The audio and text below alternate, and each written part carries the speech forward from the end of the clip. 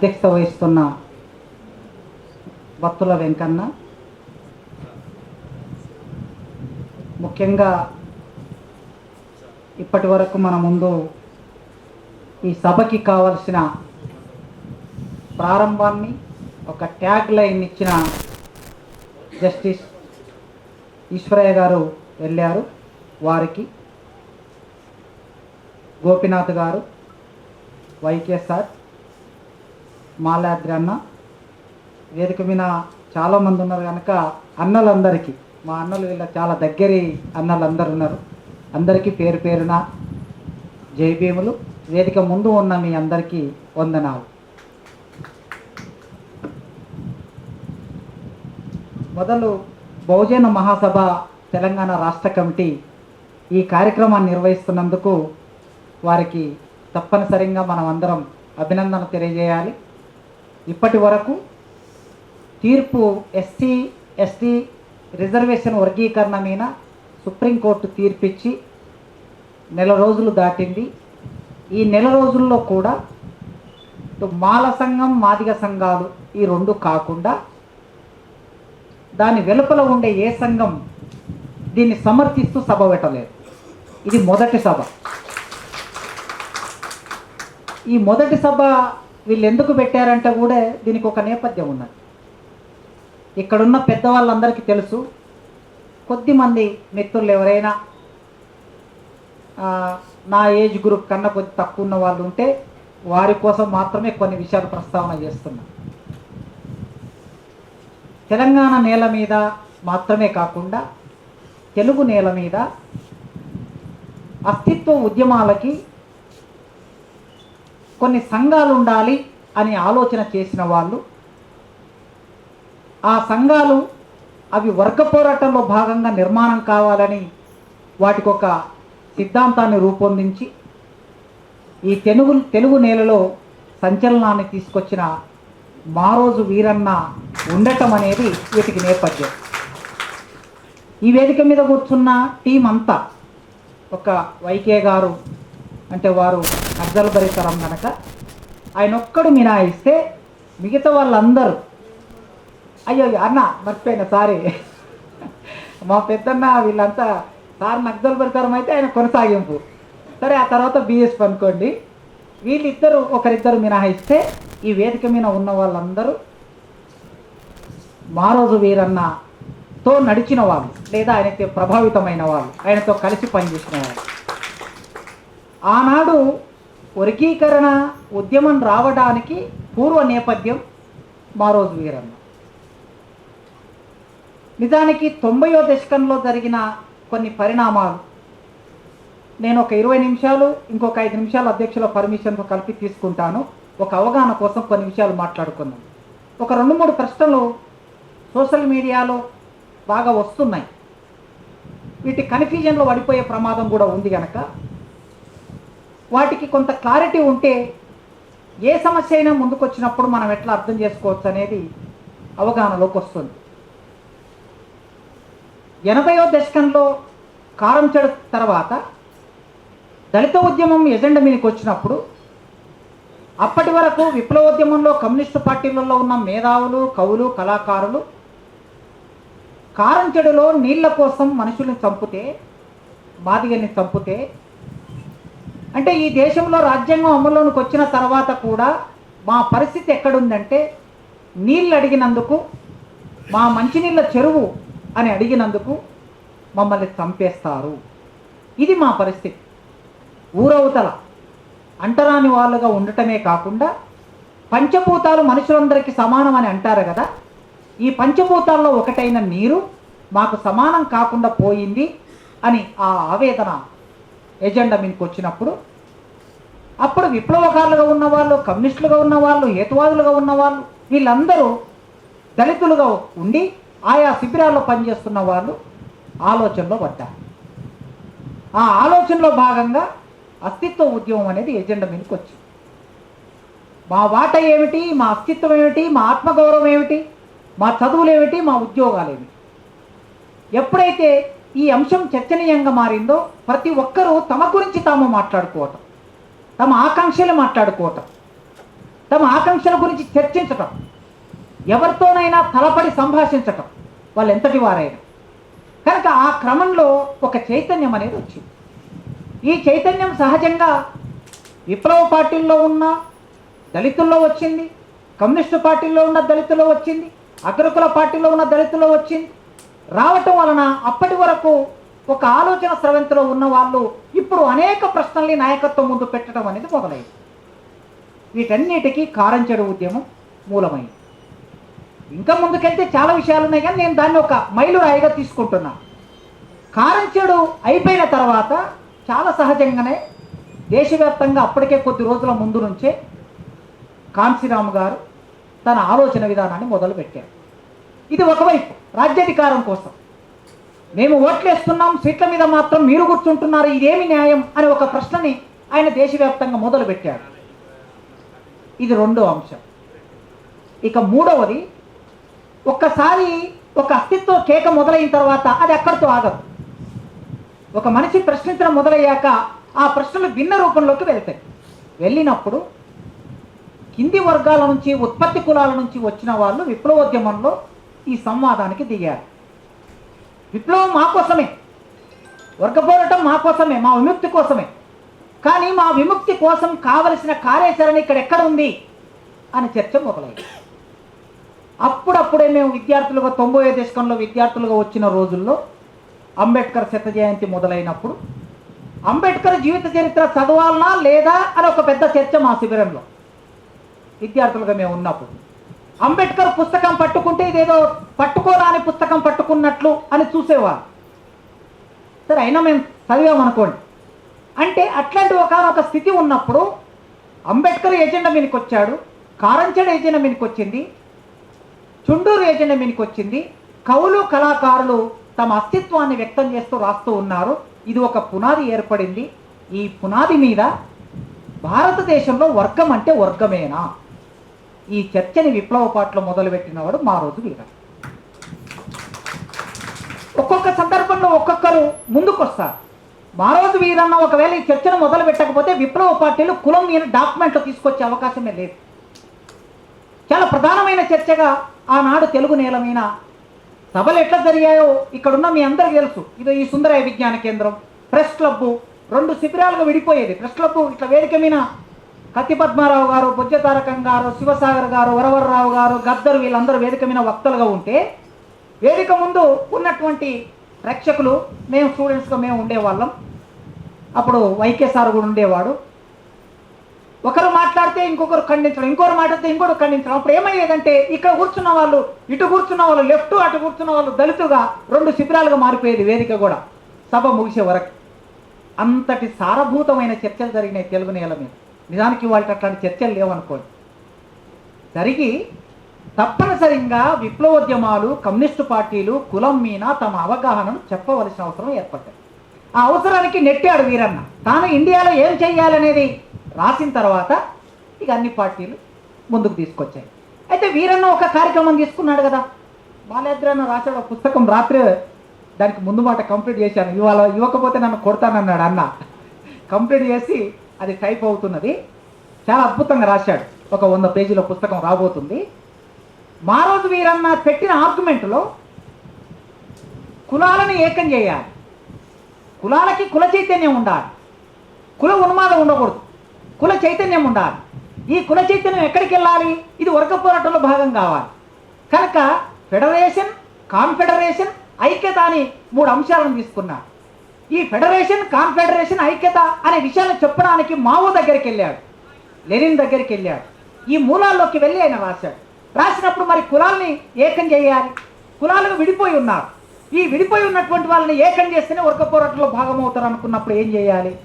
కుల సంఘాలు పెట్టాలి. అట్లాంటి కుల సంఘాలు పెట్టాలనే ఆలోచనలో భాగంగా ఎంఆర్పిఎస్ అనే ఉద్యమం, మాదిగ దండోర అనే ఉద్యమం ముందుకొచ్చి అనేక ప్రశ్నల్ని ముందు పెట్టింది. చాలా సహజమైన ప్రశ్నలే అవి. మనం ఏ ప్రశ్నలు అయితే మన పైన ఉన్న వాడి మీద పెట్టామో అప్పటి వరకు మండల కమిషన్, మొదటి దశ ఎన్టీ రామారావు ముఖ్యమంత్రిగా ఉన్నప్పుడు బీసీల రిజర్వేషన్లు పెంచినప్పుడు జరిగిన ఘర్షణ లేదా గొడవలు, తర్వాత మండల కమిషన్ సందర్భంలో ఈ రకరకాల సందర్భంలో మనమందరం ఏం ప్రశ్న పెట్టాము?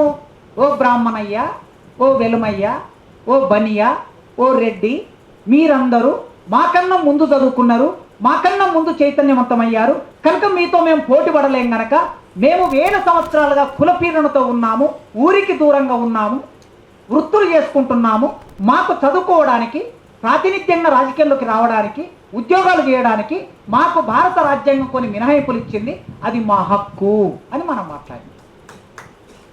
ఇవే ప్రశ్నల్ని మాదిగ దండోరం ఎందుకు ముందుకు తీసుకొచ్చింది?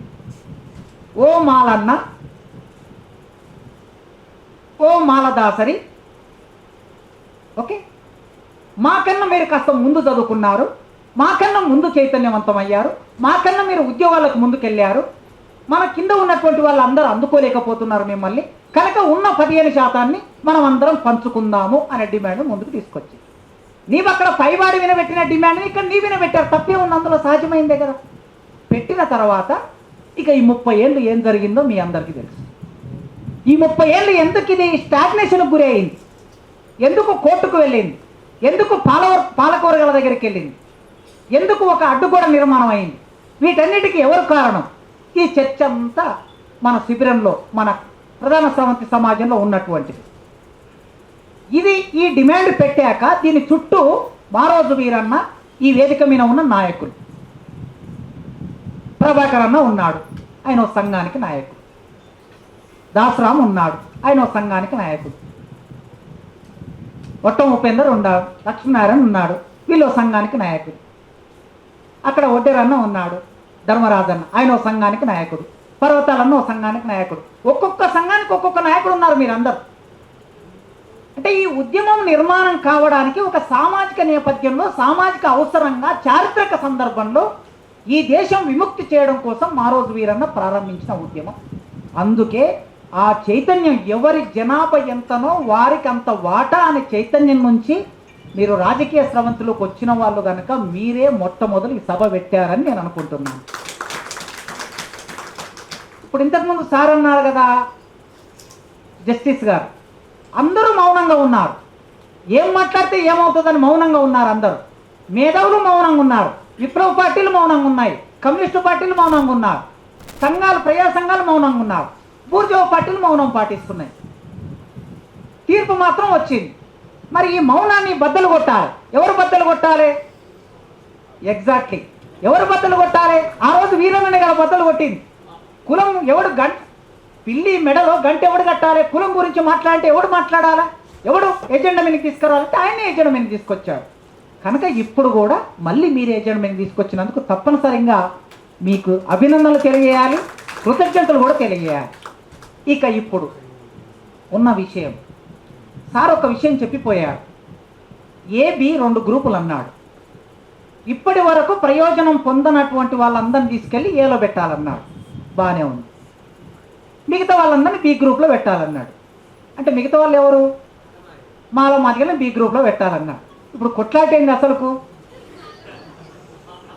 అంటే ఇది ఏమైనా అంగీకారం ఉందో మీరు ఒకసారి ఆలోచించండి. మీరు సార్ నెంబర్ ఇచ్చిపోయాడు కనుక మీరు ఫోన్ చేయండి, నేను కూడా ఫోన్ చేస్తాను ఇంటికి వెళ్ళిన తర్వాత. అంటే మనం అనవసరమైన కన్ఫ్యూజన్ క్రియేట్ చేయొద్దు. మనం మేధావులం, బుద్ధిజీవులం, సాధ్యమైతే సమాజానికి క్లారిటీ ఇవ్వాలి. సాధ్యం కాకపోతే ఇప్పుడు అందరూ మౌనంగా ఉన్నారు కదా, పిల్లి మెడలో గంట కట్టలేము అని మౌనంగా ఉన్నారు కదా, మౌనం పాటిద్దాం. కన్ఫ్యూజన్ మాత్రం క్రియేట్ చేయొద్దు. సమస్య ఎక్కడుందో సమస్యకి పరిష్కారాన్ని జోడించాలి కానీ మళ్ళీ సమస్యను తీసుకొచ్చి సమస్యలో పడేస్తే కదా. ప్రధానంగా నేను గత 30 ఏళ్ళుగా నేను మాట్లాడుతున్నది, రాస్తున్నది, ఇప్పుడు కూడా నేను అదే మాట్లాడుతున్నాను. ఏం మాట్లాడుతున్నా అంటే మాదిగల సమస్య కాదు నా దృష్టిలో ఇది. ఇక్కడ వేదికలో మా బుడగ సంఘం వాళ్ళు ఉన్నారు, రకరకాల వాళ్ళు ఉన్నారు, ఉపకులాల వాళ్ళు. నేను ఏం అడుగుతున్నానంటే మాలలు చదువుకున్నారు, ముందు వచ్చారు, కొన్ని ఉద్యోగాలు పొందారు. తర్వాత మాదిగలు చదువుకున్నారు, మాదిగలు కూడా కొన్ని ఉద్యోగాలు పొందారు. 100 ఉద్యోగాల్లో వాళ్ళు 70 పొందితే వీళ్ళు 30 పొందారు అనుకున్నాం. కాసేపు పొందటం అయితే పొందారు కదా, మాదిగలు కూడా ఎన్నో అని పొందారు కదా. అసలు ఏం పొందనటువంటి డక్కల గురించి మనం ఆలోచించాలి, ఏం పొందనటువంటి మాస్టర్ల గురించి మనం ఆలోచించాలి, ఏం పొందనటువంటి రెల్లి గురించి మనం ఆలోచించాలి. బుడగజంగం గురించి మనం ఆలోచించాలి. ఈ ఉపకులాలుగా ఏవైతే ఉన్నాయో, నేను ఉపకులాలు కూడా అనటం లేదు, ఎందుకంటే భారతదేశంలో బ్రాహ్మణీయ కుల వ్యవస్థలు ఏ కులానికి ఆ కులం ప్రత్యేకమైన అస్తిత్వం ఉన్న కులం. కాకపోతే ఏంటంటే ఒక చారిత్రక సందర్భంలో కొన్ని ఆశ్రిత కులాలుగా మారిపోయి కొన్ని కులాలకు అనుబంధంగా జీవిస్తూ వచ్చాయి. అయినా వాటికి ప్రత్యేక అస్తిత్వం ఉన్నది. ఈ ప్రత్యేక అస్తిత్వం ఉన్న ప్రతి కులానికి ఈ 73 సంవత్సరాల కాలంలో, రాజ్యాంగం అమల్లోనికి వచ్చిన 73 సంవత్సరాల కాలంలో 15% రిజర్వేషన్ అందని కులాలు ఏవైతే ఉన్నాయో ఆ కులాలన్నిటికీ సంపూర్ణంగా న్యాయం జరగవలసిందే. ఆ న్యాయం జరగడానికి మనం ఏం చేద్దాం? ఇప్పుడు పోయినసారి బి గ్రూప్ ఉంది అనుకోండి, మాదిగలకు సంబంధించి బి గ్రూప్ 7% పెట్టారు. అందులో బైన్లను పెట్టారు, బుడగజంగాన్ని పెట్టారు, డక్కలోళ్ళను పెట్టారు, మాస్టోళ్ళను పెట్టారు. ఒక డక్కలాయన మాదిగలతో పోటీ పడతాడా? సాధ్యంగా. అందుకోసమే సరే ఆ రోజు జరిగినటువంటి ఆ పరిస్థితి ఎట్లా జరిగింది ఏమిటి అనేది ఆనాటి అవసరం కొద్దీ జరిగింది, అయిపోయి. ఇప్పుడు మనం ఏం చేద్దామంటే, నిజంగా ఒక పెద్ద మనిషి తర ఆలోచన చేయాలనుకుంటే ఏబిసిడి ఎన్ని గ్రూపులు చేస్తే అన్ని గ్రూపులు చేయండి. అవకాశం ఎన్ని ఉంటే, ఇప్పుడు బీసీలలో ఈ వరకు ఉంది కదా, జస్టిస్ గారు చాలా మంచి మాట చెప్పిపోయారు. వారు ఎక్కడ కన్ఫ్యూజన్ అవసరం లేకుండా ఎన్ని గ్రూపులు చేయడానికి అవకాశం ఉంటే అన్ని గ్రూపులు. అయితే రిజర్వేషన్ విభజించేటప్పుడు ఒక ఫార్ములా ఉంటుంది. 1% ఇవ్వాలంటే ఎంత ఉండాలి? టోటల్ 15% రిజర్వేషన్ డివైడ్ చేసేటప్పుడు ఒకవేళ 1% ఇవ్వాలంటే ఆ జనాభా రిజర్వేషన్ కలిపి డివైడ్ చేస్తాం. చేసినప్పుడు ఏమవుతుంది? 1% అంటే నాకు తెలిసి ఒక 3 లక్షల జనాభా ఉండాలి, 2.5 నుంచి 3 లక్షల జనాభా ఉండాలి. ఈ సమస్య ముందుకు వస్తుంది మనకు రేపు. ఉపకులాలు మొత్తం కలిపితే ఎంత జనాభా ఉంది? ఈ ఎంత జనాభా ఉన్నప్పుడు మానవాళికలు ఉదాహరణగా ఆలోచించి నిజంగా ఇప్పుడు 70 ఏళ్ళు మీరు ఉపయోగించుకున్నారు. నేను ఈ మాట అంటే మాదిగలు నన్ను కొడతారు. సరే, మాదిగలు ఎట్లా కొట్టే అవకాశం ఉంది, అది వేరే సంగతి. మాదిగలు కూడా కొడతారు. 70 ఏళ్ళు మీరు ఉపయోగించుకున్నారు. ఉదాహరణగా ఒక 1% ఉపకులాలు 3 లక్షల కన్నా తక్కువ ఉన్నారు అనుకోండి, 2.5 లక్షల కన్నా తక్కువ ఉన్నారు అనుకోండి. 1% వాళ్ళకి ఇస్తే వాళ్ళు ఒక 20 ఏళ్ళకి 30 ఏళ్ళకి అందులో నుంచి ఒక 100 మందో 200 మందో 300 మందో ప్రధాన సమితిలోకి వస్తారు. దానివలన మాదిగలు కోల్పోయేదేమి లేదు, మాలను కోల్పోయేదేమి లేదు. మీరు 70 ఏళ్ళు 73 ఏళ్ళు ఉపయోగించుకున్నారు కనుక. అందుకే శాస్త్రీయంగా ఒక దగ్గర కూర్చొని ఆలోచించకుండా జడ్జిమెంటు గందరగోళంగా ఉంది, జడ్జిమెంటు సరిగ్గా రాలే, జడ్జిమెంటు అనేక సవాళ్ళని ఇచ్చింది, జడ్జిమెంటు సరిగ్గా ఇవ్వలేదు, జడ్జిమెంటు వెనక పాలక వర్గాలు ఉన్నారు, జడ్జిమెంటు వెనక ఆర్ఎస్ఎస్ వాళ్ళు ఉన్నారు. ఏ జడ్జిమెంట్ అయినా అట్లే వస్తుందండి, ఏ జీవోలు అయినా అట్లే వస్తాయండి. పాలక వర్గాలు అనుకోకుండా జీవోలు వస్తాయా? పాలక వర్గాలు అనుకోకుండా జడ్జిమెంట్లు వస్తాయా? ఎట్టి పరిస్థితుల్లో రావు. వాళ్ళ ప్రయోజనాలు ఏముంటాయో చూసుకునే జడ్జిమెంట్కి ఇస్తారు కనుక ఇది కూడా అట్లాంటి జడ్జిమెంటే. మరి అట్లాంటి జడ్జిమెంటులో ఉండే సాంకేతిక విషయాలను మాట్లాడతావా, జడ్జిమెంట్ ఇచ్చిన తర్వాత అమలు చేయడానికి కావలసిన కార్యాచరణ గురించి మాట్లాడతావా అనేది ప్రశ్న. ఇప్పుడు మనం మాట్లాడవలసింది కార్యాచరణ గురించి. ఆ జడ్జిమెంట్ అమలు చేయడానికి చాలా స్పష్టంగా సారు జడ్జిమెంట్ వివరంగా చదివి ఉంటారు, ఎందుకంటే ఆ రంగంలో ఉన్నటువంటి ఆయన 565 పేజీల జడ్జిమెంట్లో ఒక 7 పేజీలు చదివితే సరిపోతుంది. నాకు తెలిసి ఏ కన్ఫ్యూజన్ లేదు. ఆర్టికల్ 341 ఆనాడు వద్దన్నది, వర్గీకరణ రాష్ట్రాలు చేయొద్దన్నది 341 ఆర్టికల్ ప్రకారం. ఎవరన్నారు? సుప్రీంకోర్టు అన్నది. అదే సుప్రీంకోర్టు 341 ఆర్టికల్ ప్రకారం రాష్ట్రాలే వర్గీకరణ చేయవచ్చు అన్నారు. దాన్ని కొట్టేసి అదనంగా ఏం చేసింది? ఆర్టికల్ 14, 15, 16 అన్ని అవకాశాలు అందరూ సమానంగా అందుకోవాలి. దక్కలకి ఒక న్యాయం, మాదిగొల్లకి ఒక న్యాయం, మాలొల్లకి ఇంకో న్యాయం ఉండకూడదు. ఆర్టికల్ 16 ప్రకారం, ఆర్టికల్ 15 ప్రకారం ఉపాధి అవకాశాలు అందరికీ సమానంగా దక్కాలి, సామాజిక అవకాశాలు అందరికీ సమానంగా దక్కాలి, రాజకీయ అవకాశాలు అందరికీ సమానంగా దక్కాలి. భారత రాజ్యాంగంలో ప్రాథమిక హక్కులు మనకు చెబుతున్న విషయాలు అవి. అందుకోసం వాటి ఆధారంగా రాష్ట్ర ప్రభుత్వాలు వర్గీకరణ చేయవచ్చు అనే ఆదేశాన్ని సుప్రీంకోర్టు ఇచ్చింది. ఇప్పుడు రాష్ట్ర ప్రభుత్వాల మీద మనం ఒత్తిడి పెట్టవలసిన అవసరం మన మీద ఉన్నది. సాధ్యమైతే మనం అందరం ఆ ప్రయత్నం చేద్దాం. అంతమేరకే కానీ ఇంకా 30 ఏళ్ళు విడిపోయి మానసికంగా ఉన్న మనుషుల మధ్యన మరింత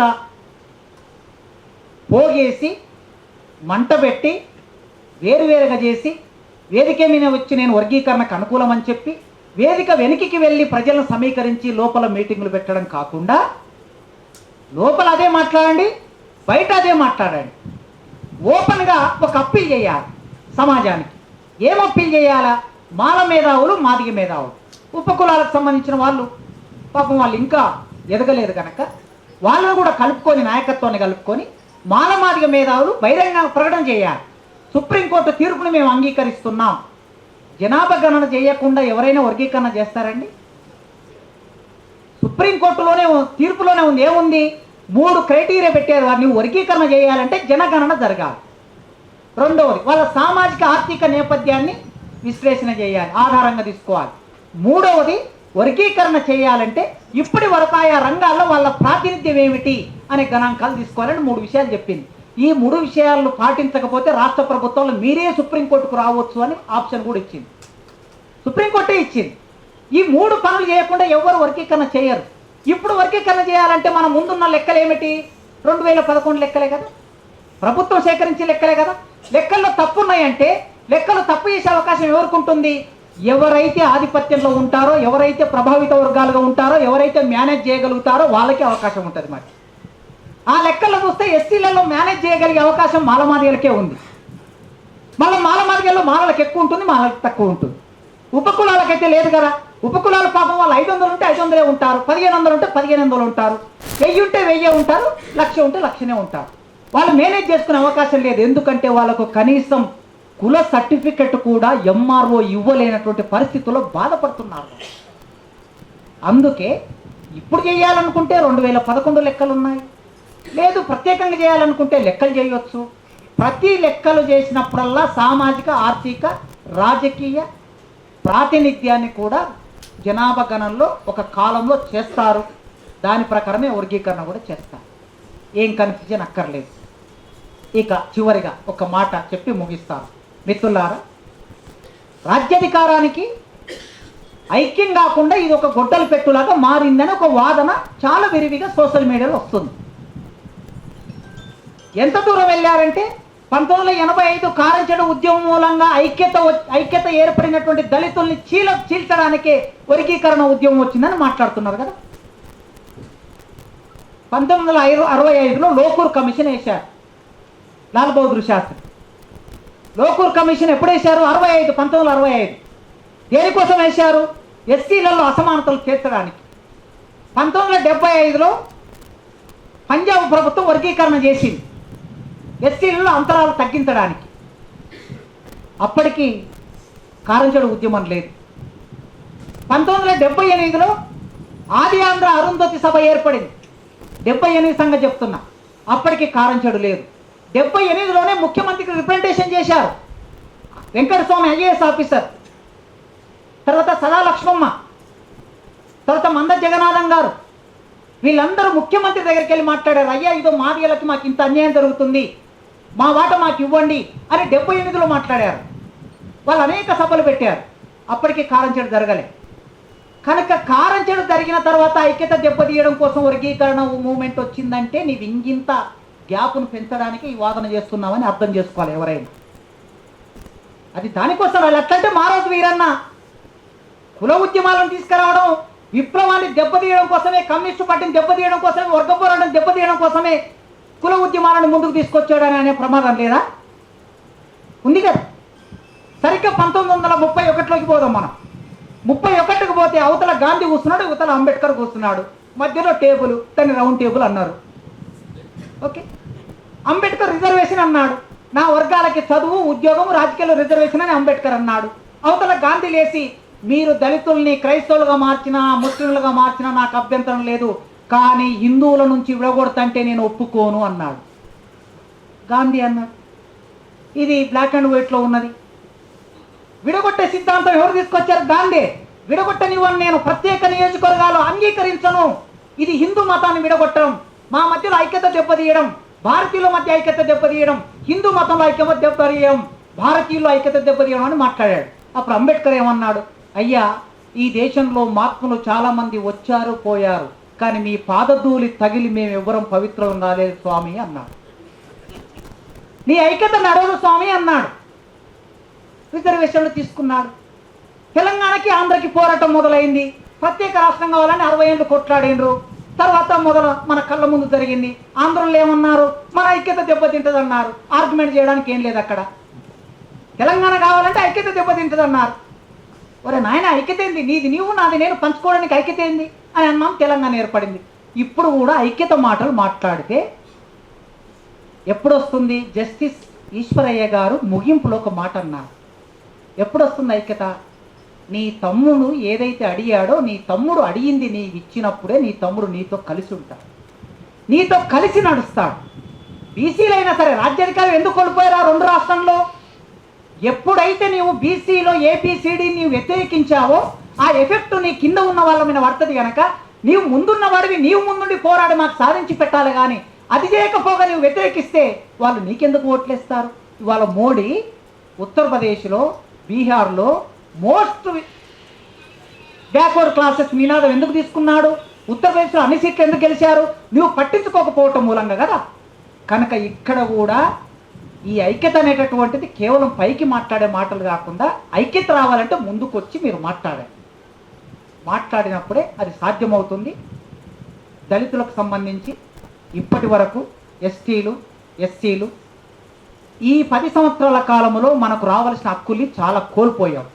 మన భూముల్ని ప్రభుత్వం లాక్కున్నది, మన అవకాశాన్ని ప్రభుత్వం లాక్కున్నది, సరిగ్గా ఇవ్వలేదు. ఎస్సీ ఎస్టీ సప్లై నిధుల్ని ఖర్చు పెట్టలేదు, దారి మళ్లించారు. ఇట్లాంటి చాలా విషయాలు ఉన్నాయి. ఈ విషయాలను నేను ఇప్పుడే తీసుకొచ్చి మాట్లాడితే ఇవి ఎప్పుడైనా మాట్లాడవచ్చు. కానీ వర్గీకరణ వచ్చినప్పుడల్లా వీటిని ముందు తీసుకొచ్చి మాట్లాడితే ఏమవుతుంది? వాటికి దీనికి పోటీ పెట్టినట్లు అవుతుంది. అందుకోసమే మనం ఖచ్చితంగా మన హక్కుల సాధన కోసం ముందుకెళ్దాం. ఈ మహాసభ నాయకత్వంలో ఈ కార్యక్రమాన్ని ఇక్కడితో కాకుండా ఒక మధ్యవర్తిత్వం వహించే గ్రూపుగా పర్వతాలన్న, మాలాద్రన్న, దాసన్న, వీళ్ళందరూ, ప్రభాకర్ అన్న కలిసి వైకే గారు ఒక గ్రూప్ను ఏర్పాటు చేసి ఈ మేధావుల్ని ఆ మేధావుల్ని ఎవరి ఇళ్లలో వాళ్ళు కూర్చొని మాట్లాడుకుంటూ ఉన్నారు. కొన్ని సందర్భాల్లో భావోద్వేగ ప్రకటన కూడా చేస్తూ ఉన్నారు. దానివలన మరింత ప్రమాదం ఏర్పడుతుంది. ఈ ప్రయత్నం ఒకటి చేస్తే మీతో పాటు నేను కూడా ఉంటా పర్వతాలన్న, ఆ ప్రయత్నం చేయాలని కోరుకుంటూ థ్యాంక్ యూ.